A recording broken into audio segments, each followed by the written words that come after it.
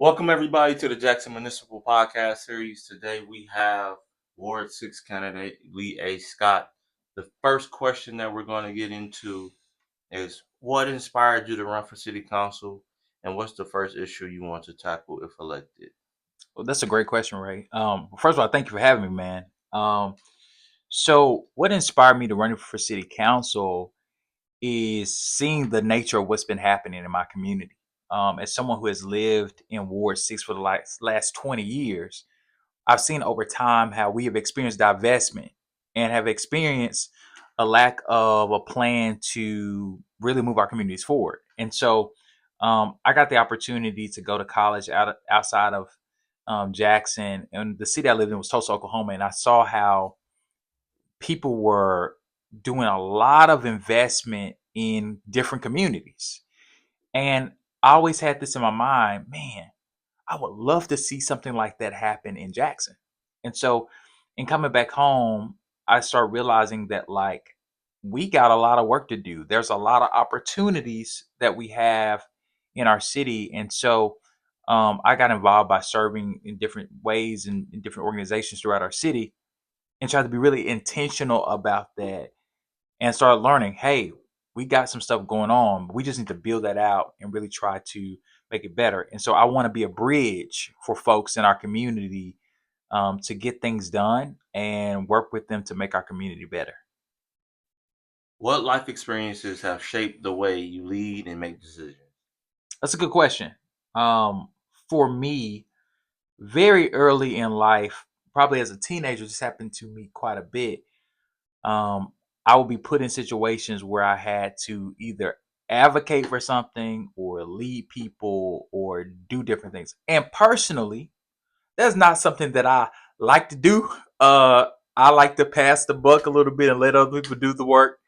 But for me, it really forced me to actually step into my power and actually own moments and be like, hey, this is who I am. This is what I need to be doing. This is how I'm going to go about this situation. And so, because I've been forced to have to make decisions, it taught me a lot about thinking on your feet, being able to engage different people, and being able to come with something because it does matter. And so, I never got the excuse of doing nothing. Me being the oldest child, you kind of have to make some decisions real quick as the oldest child because there's no grace for you, right? And so a lot of those things influence how I think about decision making, and I think being thrown into the water, as some people would say, you have to learn how to swim real fast. And so that's probably has helped me figure out how to lead and go about different things. When was the last time you had to admit you were wrong about something and how did you handle it? This is a good question because it was this week. Uh uh uh my wife will tell if you ask my wife, she would tell you very quickly how often I am admitting, oh yeah, I was wrong about something, or I didn't handle this in particular. And so it happens to me quite often. I have tried to learn how to respond really quickly and be like, you know what, your perspective might have needed to be more clear about this, and you could have approached this differently. And so I try very hard to recognize that I don't know everything. Even as someone who's running for city council, I recognize I don't have an expertise in every single issue on every single thing. But in order for me to be an effective council member, if elected by the people of my community, I have to have some humility and be like, hey, I want to learn from somebody. Hey, I was wrong about this issue. Educate me or inform me on how I can be a better person and represent you well. Who in your life has had the biggest impact on your values and the way you see the world? I think again, these are good questions. Ray, you really thought about these questions. Uh, I would say there's three people that come to mind. My parents, Lee and Valerie Scott, and my grandmother, Ruby Forrest Michael. And my parents are hardworking folks. My dad is a custodian. My mother is a civil servant. They have been working their jobs for 20 years, been serving people in their communities for a long time. And beyond their work that they have to do every day, besides being parents and all those different things, these same folks would literally go out of their way to help folks. My dad has been doing this for years where he's been going down to the stew pot here in our city and helping folks in the unhoused community. My mother has an organization where she literally mentors young women, holds an event for young women. My dad mentors some kids that go to his church. He mentors young men. He has a thing where he does with young men. And so they were examples of service, because I think service is not something that you should do when you get power. Service is just something that you should be. That's just be who you are, right? And those people exhibited that for me. But I'll say really quickly about my grandmother.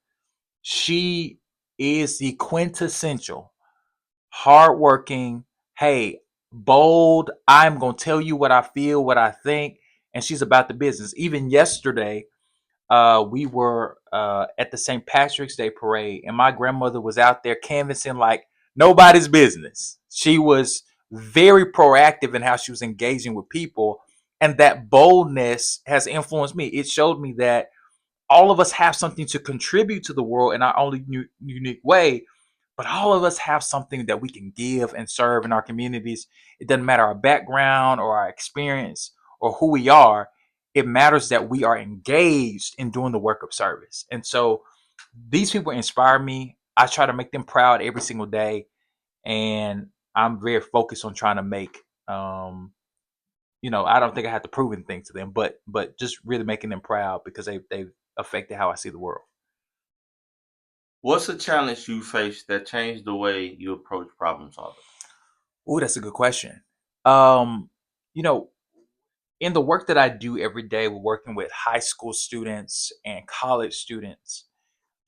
It's also been a challenge to try to navigate personalities, right? When you're talking to students and their families, and they have so much perspective about what they desire and what they need, it's you deal with some folks who kind of come at you as an expert and are trying to tell you how you're supposed to be doing what you need to do.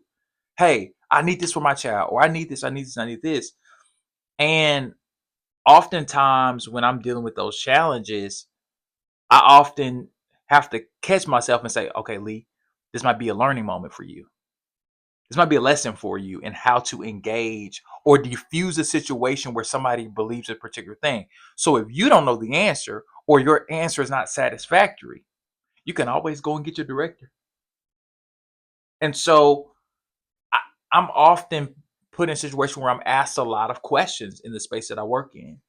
And so my natural inclination is to say, okay, if you don't know the answer, go ask somebody and say, you know what? I don't know. I don't know.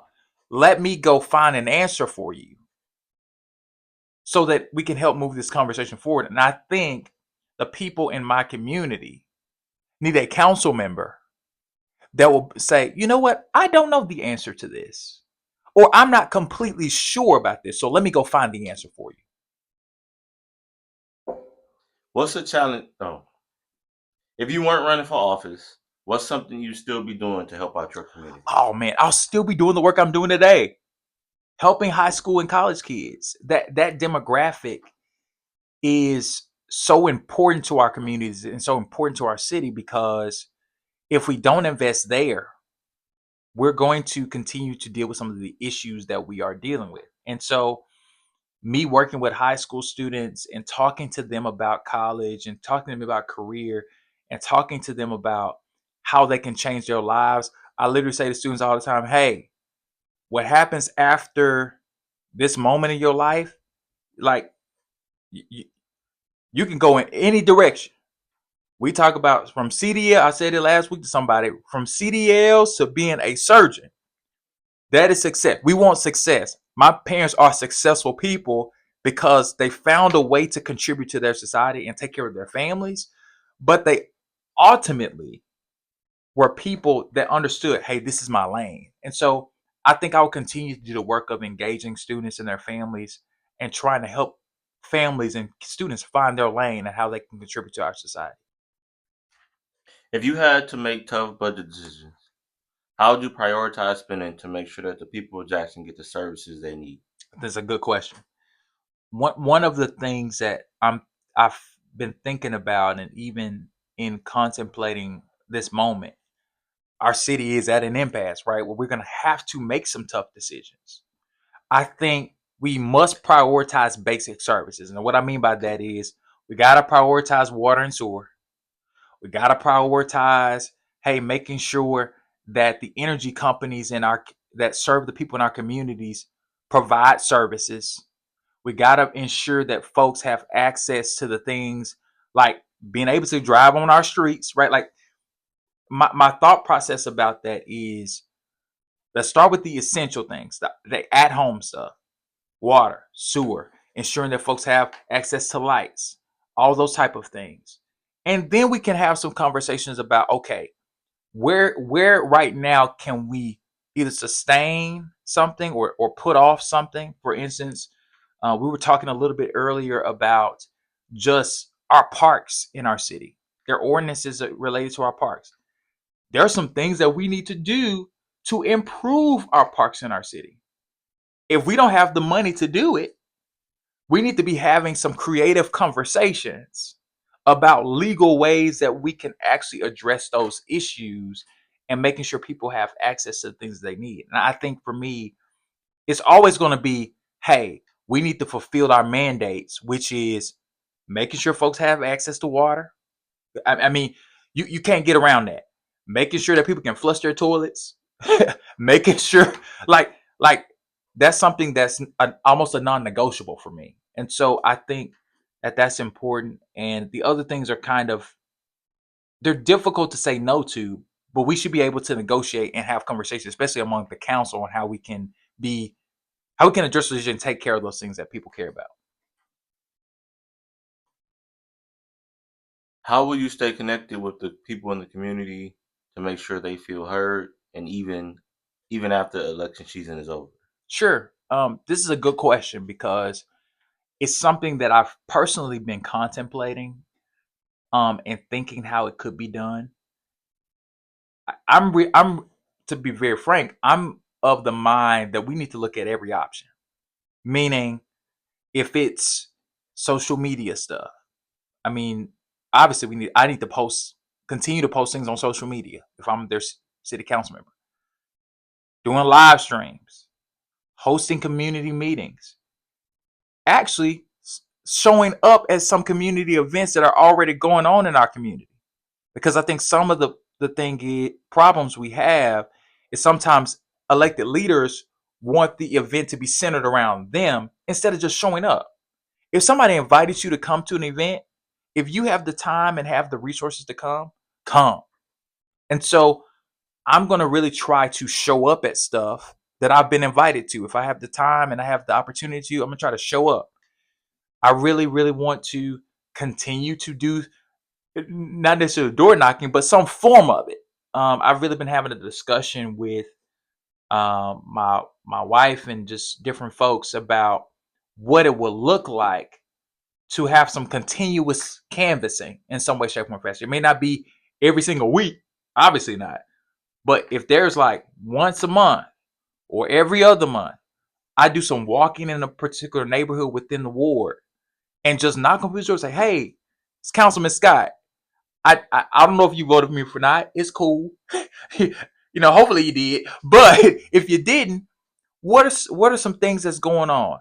Give us a progress report of how we're doing. I mean, that even brings up the opportunity of, hey, we need to post things on social media and give people an opportunity to respond to a questionnaire or respond to some type of literature to where they can tell us, hey, this is y'all get a C this month because you all did such and such, right? Like these are ways to engage the community. And so I think thinking of all the ways that are creative, but also really practical, actually just getting out there. I think and I'll say this real quickly and wrap up my answer. I think what people in my community need most is they need to see their elected officials engaged with them, because that's what I believe one of the biggest problems has been, is that people have a perception about public figures and I never get to really engage with them. And so I think it's going to be really important that people see me engaged in what's going on in our community, because it's not that I'm leading them, I'm actually with them. And so that's what I wanted to do. How will you support the jobs and businesses that are already here? Well, first and foremost, council members and folks who are elected officials should patron the places that they that are actually in our communities. One place that I tend to go a lot in our community is Fisher Preen.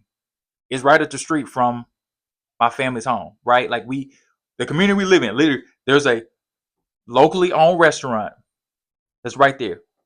We go there pretty often, right? Because it's a family owned business in our community. And so I think, and that's just one example, but I think it's really important that we patron places that are in our community, because that is us buying into the economic growth and sustainability of our communities. It's essential. If we don't do it, nobody else will. And so I think it's really important to do that and try to, again, show up and engage with folks that work at different places in our communities. And I'll say this about Ward 6 in particular. We have a lot of opportunities to like literally build in ways that economically transforms that community. There's so many opportunities there. And I think that we got to be willing to do some work and engage in some ways to really, really try to make that us move forward, but really build, right? Because we already got businesses that are doing things, but we need more businesses, right? More job opportunities, more things to transform our community. So I think that's going to be really important in our support of those organizations. What do you think is the biggest challenge when it comes to crime and infrastructure in Jackson, and how do you plan to be a part of the solution? Good question. I the biggest issue with crime, in my opinion, and some people feel differently about this, and even some of my opponents feel differently about this. I think the biggest issue with crime in Jackson in particular is lack of access, because crime is really in my opinion, the symptom.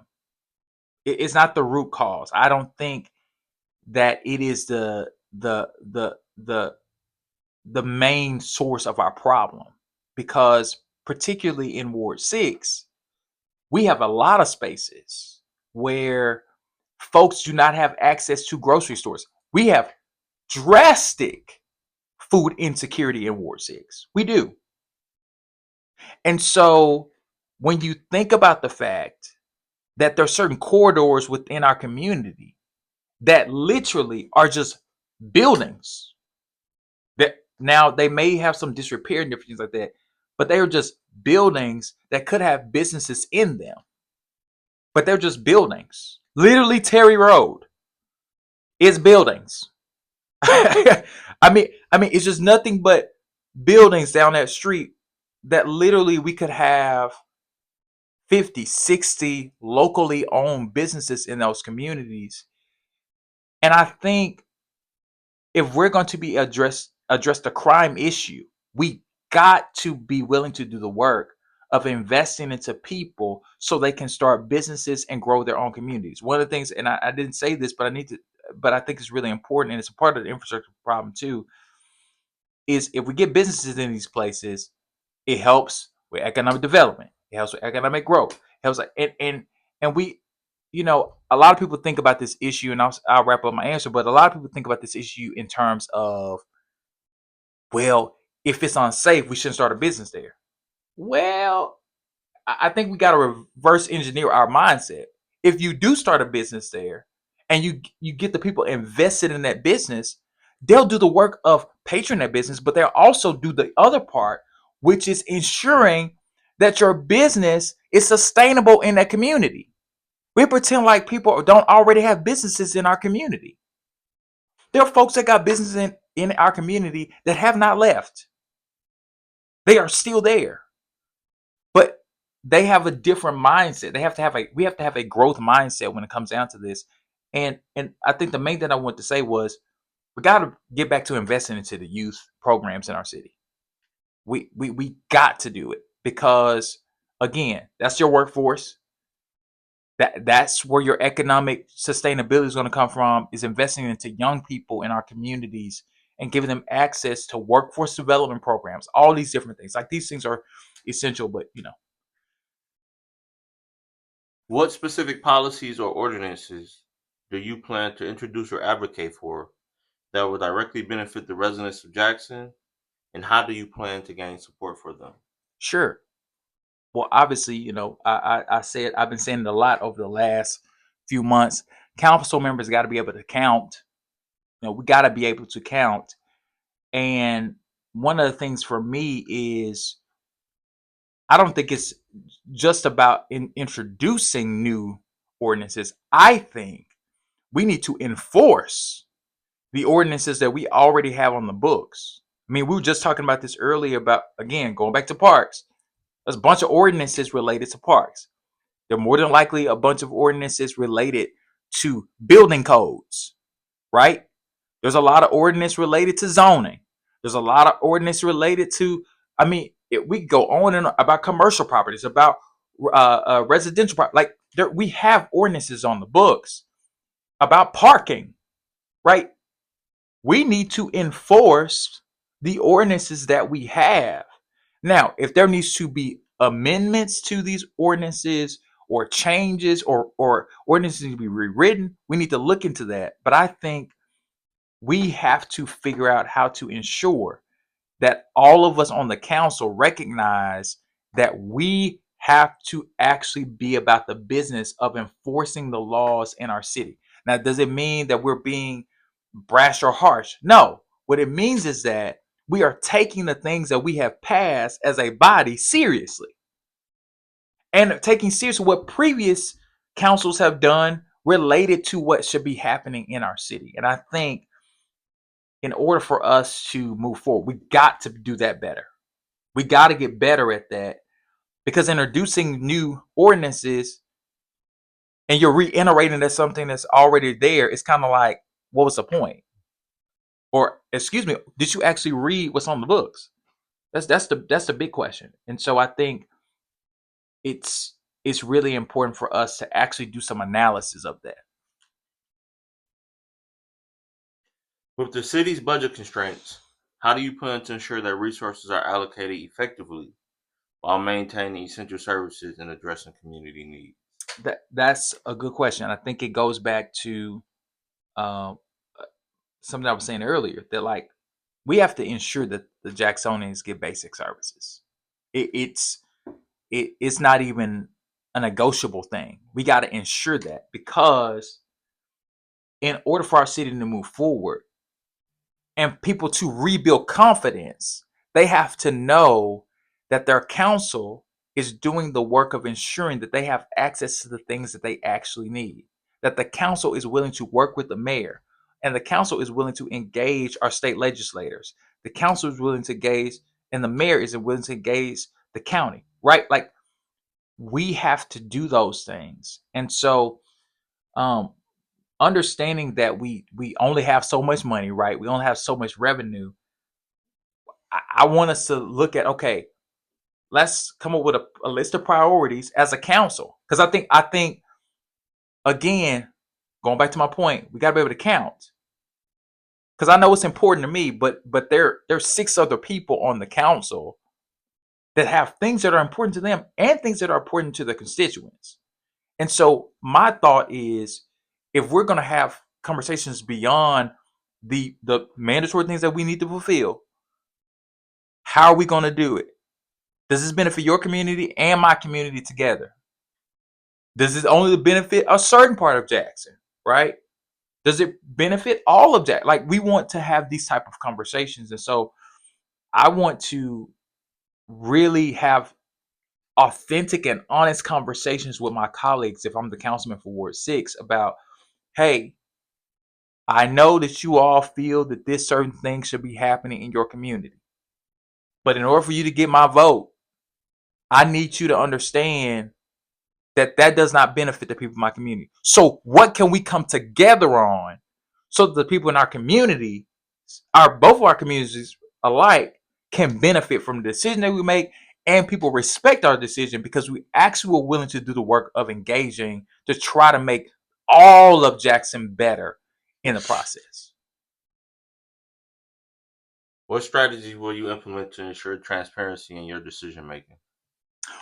That's it's a good question. One of the things that I am harkening back to something I said a little bit earlier is ensuring that, like, literally, hey, after a council meeting or after we've made a big decision in our city, go straight to social media. Know what I'm gonna say, but literally share. Hey, we had this thing happen in the council meeting today. There was a discussion about such and such and such X thing. This is why we have this thing that we put forward, and this is why Lee voted that way. Because one of the things that I'm running on is trying to restore some level of transparency. Because one of the things that has happened, particularly in Ward 6, is people have lost trust in the council and in our city's government. And they are struggling to believe that we are actually about the business of serving them.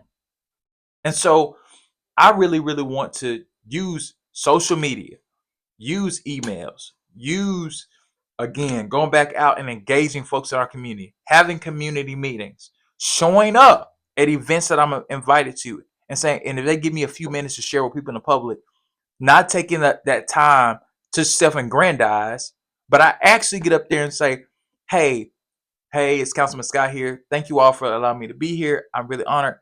I just want to quickly share something with you all that happened this week if you did not have time to read about it or watch the council meeting. We voted on such and such and such. This is how it went. This is why I voted this way. If you want to ask me more questions about it, I'm gonna get off the mic and you can come up and talk to me after I say what I need to say. Like, I think these things are really important. And so that's how I want to implement just a variety of things to try to really, really, really build confidence for the people in our communities that we actually are working on their behalf. What is your vision for economic growth and job creation in Jackson or within Ward 6? Oh, I like this question because I think my vision is we need more we need more economic incubators. One of the things that I've actually been saying um, throughout the last few weeks of this campaign is that we need something like a downtown partners in our community. We need or downtown or midtown partners where there's somebody and an entity that's specifically geared towards economic development in Ward 6. Other parts of our city has it. We need something where people are focused on, hey, our whole job is to ensure that we are bringing jobs to this community. One of the things I've been thinking about a lot too is because of where Ward 6 is located, obviously it's located on the southern side of our city, but we're somewhat cut off from a lot of the economic developments that's happening in Jackson because it's happening literally on the other side of 55 and 220. It literally is. And so, how can we convince companies that have remote job opportunities? And I know that there's a lot of discussion about this, but how can we convince remote job opportunities to be set up shop in Ward 6? Hey, we need to get people to a place where they have skill based learning to where they're able, if they can't get on the bus and go to across town to go work, our people should not have to. I really feel this way. Our people should not have to leave their community to have a job. They shouldn't. So how do we get them the skills to be able to work a remote job if they can't leave their community? How can we get businesses or have a business entity that is solely focused on this? And there is an organization already in South Jackson that is trying to help youth in our community learn about economic development, learn how to start a business, how to build a business, and different things like that. And we know it's just one, but we need more entities that are doing that work. And so I think it's going to take a collective effort. Our neighborhood association should be involved. in this work, but I think it can be done. I really see our community flourishing in that way. How do you plan to address key issues such as crime reduction, infrastructure improvements, and overall public safety, in the spirit of enhancing the quality of life for residents? It's a good question. One of the things that I'm very keen on is us thinking about what are the resources that our police force has, our folks that are working in that space of trying to reduce crime. There are organizations in our city that specifically do crime reduction or in particular harm reduction work that drive around my community and try to engage folks in different things. What does that partnership look like between JPD and other entities that are engaged in law enforcement in our city? How are they actually engaging the public in our city? How are they having conversations with folks in the public? It's the only time we see law enforcement when when crime happens, right? Now, again, we were just at an event yesterday where we saw a lot of law enforcement, right? Because it was a huge event. But this can be the only time we see them. We have to figure out, okay, what is the minute? And I'm even thinking about this too, as again, I'm thinking within the terms of being a council member.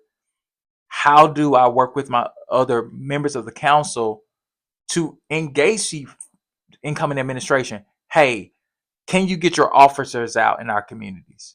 We have precinct 1 is in our community. It literally is across from the neighborhood I grew up in. Are those officers out in the community, not when it's just about crime reduction? And obviously we need more. Obviously there's some many discussions about us needing more police officers, and there's a much debate about that, whether we need more officers or the technology that the police force is using. But this is not, and obviously the question is not just about crime, but it's about a variety of things. But the crime part is a big thing because a lot of people have reservations about if we start a business or we start investing in infrastructure, are people going to be able to tear it up, right? And can we sustain, right? But I really do think we have to think about what we're going to do on the crime issue, because it's going to take all of these entities being involved and engaged in serving our communities, but there being a partnership. Again, I keep going back to the idea of investing in our youth, because a part of crime reduction is investing into young people. We already have uh, local football teams and stuff like that. Pop Warner, right? We got all this stuff going on, but it's going to take all these entities working together to reduce crime, to actually address infrastructure issues. We got to talk to young people about how to clean up their communities, right? Like all these things do matter, and so I think it's really important and a good way for us to try to move our communities forward. Okay. Is there anything that we didn't get to address that you would like to share with the people and then leave your closing? Sure. One thing I do want to say as we are closing is I've been thinking quite a great deal about how our leaders present ourselves, because one of the things that's been happening in our communities is that a lot of our leaders in particular are, some are really accessible, some is kind of tricky.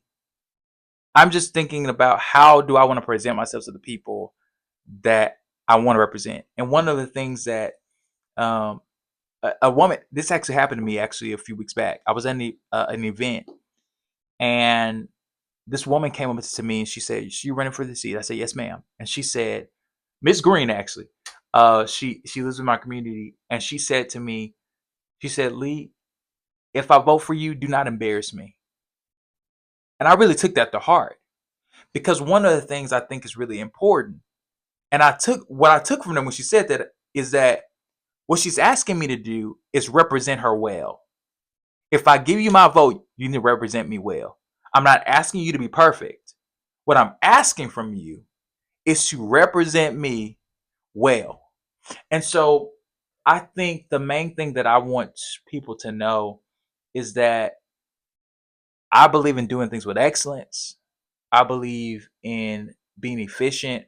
I believe approaching things with a level of humility when you don't know something or not sure about something. Because one of the things that a lot of people have struggled to believe in this city is that their leaders are actually willing to be like, you know what, we're gonna get more information on that.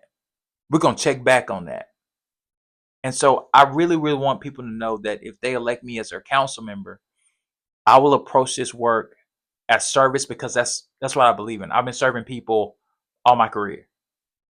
I believe in service. I believe in getting my hands dirty. I believe in engaging with folks, even if I don't always agree with them. Because trust me, I've sat in some rooms with a lot of people that I did not fundamentally agree with, but the task at hand was for us to get this thing done.